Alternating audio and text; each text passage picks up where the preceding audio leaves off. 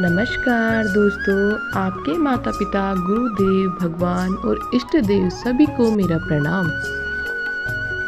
आज इस वीडियो में हम आपको भादवे महीने की चौथ यानी संकष्टी चतुर्थी व्रत की कथा सुनाएंगे, जिसे चौथ के व्रत के दिन सुनने से चौथ माता आपको अखंड सुहाग प्रदान करेगी। एक साहूकार के एक बेटा बहू थे। बेटा व बहू दोनों ही कुछ भी नहीं कमाते थे। बड़े बूढ़ों का धन था, उससे काम चलाते थे। जब भी बहू बाहर कचरा डालने जाती तो पड़ोसन उससे पूछती, बहू आज क्या खाना खाकर आई है? तब वह कहती, वही ठंडी बासी रोटी खाकर आई हूँ। एक दिन यह बात साहूकार के बेटे ने सुन ली। उसने अपनी माँ को सारी बात बताई और पूछा कि माँ तू तो बहू को रोज गरम गरम खाना परोसती है, तब भी वह यह पड़ोसियों से कहती है कि वह ठंडी बासी रोटी खाकर आई है। तब उसकी माता बोली, बेटे मैं तो चारों थालियां बराबर गरम गरम खाने की परोसती हूँ।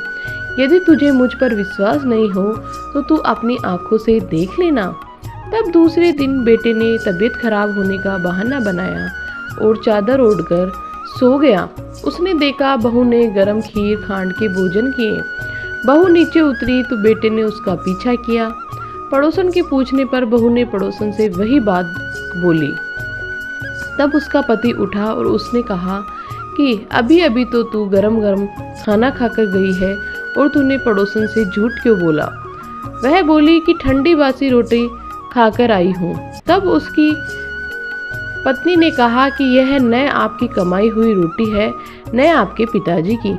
यदि इस तरह से बैठे बैठे धन को खर्च करोगे तो कुएं के पानी की तरह एक दिन पूरा समाप्त हो जाएगा।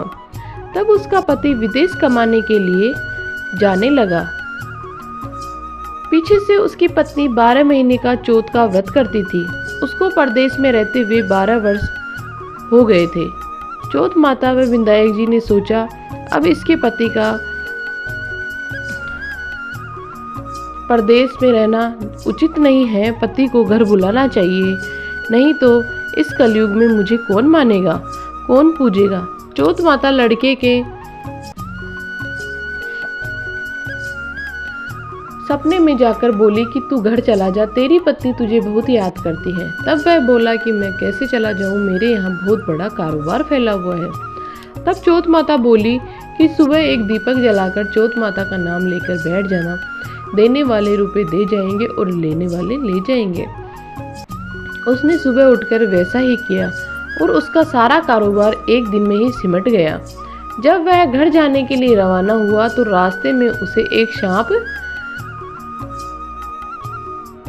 आग के पास जाता हुआ मिला। लड़की ने सोचा सांप जल जाएगा तो उसने सांप को भगाने के लिए सिसकारी भरी, लेकिन तभी नागराज बोले कि हे पापी दुष्ट, मैं तो सांप योनि से मुक्त हो रहा था, लेकिन तूने मुझे सिसकार दिया, इसलिए मैं अब तुझको डसूंगा। तब वह लड़का बोला, हे नागराज मुझे अवश्य खा लेना, लेकिन मैं आपको वचन देता हूँ मैं 12 वर्ष बाद अपने घर मिलने जा रहा हूँ। कल रात आप अवश्य आ जाना, मुझे मेरे घर वालों से मिल लेने दो।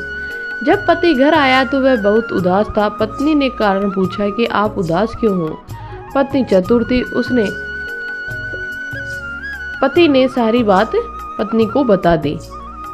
पत्नी बहुत चतुर थी। उसने एक सीढ़ी पर दूध का कटोरा रख दिया, दूसरी पर बाड़ू मिट्टी बिछा दी, तीसरी पर फूल माला बिखेर दी, चौथी पर इत्र छिड़क दिया, पांचवी पर मिठाई रख दी। इस तरह सातों सीढ़ियों पर कुछ न कुछ रख दिया और दरवाजा खुला छोड़कर पलंग पर अपनी चोटी को लटकाकर सो गई। सांप आया, सबसे पहले उसने दूध पिया। बोला, साहूकार के बेटे, तूने तो सुख तो बहुत दिए हैं, पर वचन का बंधा हुआ हूँ, इसलिए तुझे अवश्य डसूंगा। और हर सीढ़ी पर कुछ न कुछ मिलता उसको और वो मल्हार करता हुआ आता, फिर बोलता कि मैं वचनों का बांधा हुआ हूँ। साहूकार के बेटे, तूने तो बहुत सुख दिया, वचनों का बांधा हुआ हूँ, इसलिए तुझे अवश्य डसूंगा। ऐसे बोलते हुए चढ़ता गया।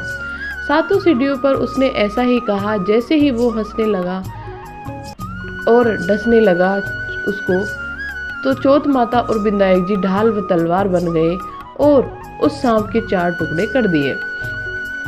पूंछ का एक टुकड़ा पत्नी की जूती में जाकर गिरा।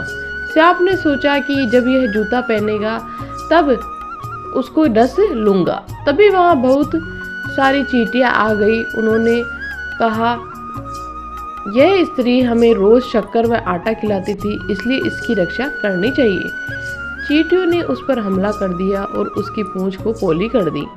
जैसे ही सुबह हुई वहां खून ही खून हो रहा था। माँ ने सोचा, मेरे बेटे बहू को किसी ने मार दिया है, अभी तक नीचे नहीं आए हैं, इसलिए वह चिल्लाने लगी। तभी बेटा बहू बोले कि माँ खुशियाँ मनाओ, आज हमारा बैरी दुश्मन मर गया है। और पूछने लगा कि मेरे पीछे से मेरी दीर्घ आयु के लिए कोई उपाय किया था क्या? तब माँ बोली, मैंने तो कुछ भी नहीं किया। पत्नी से पूछने पर बोली कि 12 महीने की चौथ माता का व्रत करती थी, इसलिए चौथ माता व विनायक जी ने हमारी रक्षा की है। तब सास बोली, ये झूठ बोलती है, रोज मैं इसे 4 बार रोटी देती थी, तो फिर इसने चौथ माता का व्रत कैसे किया?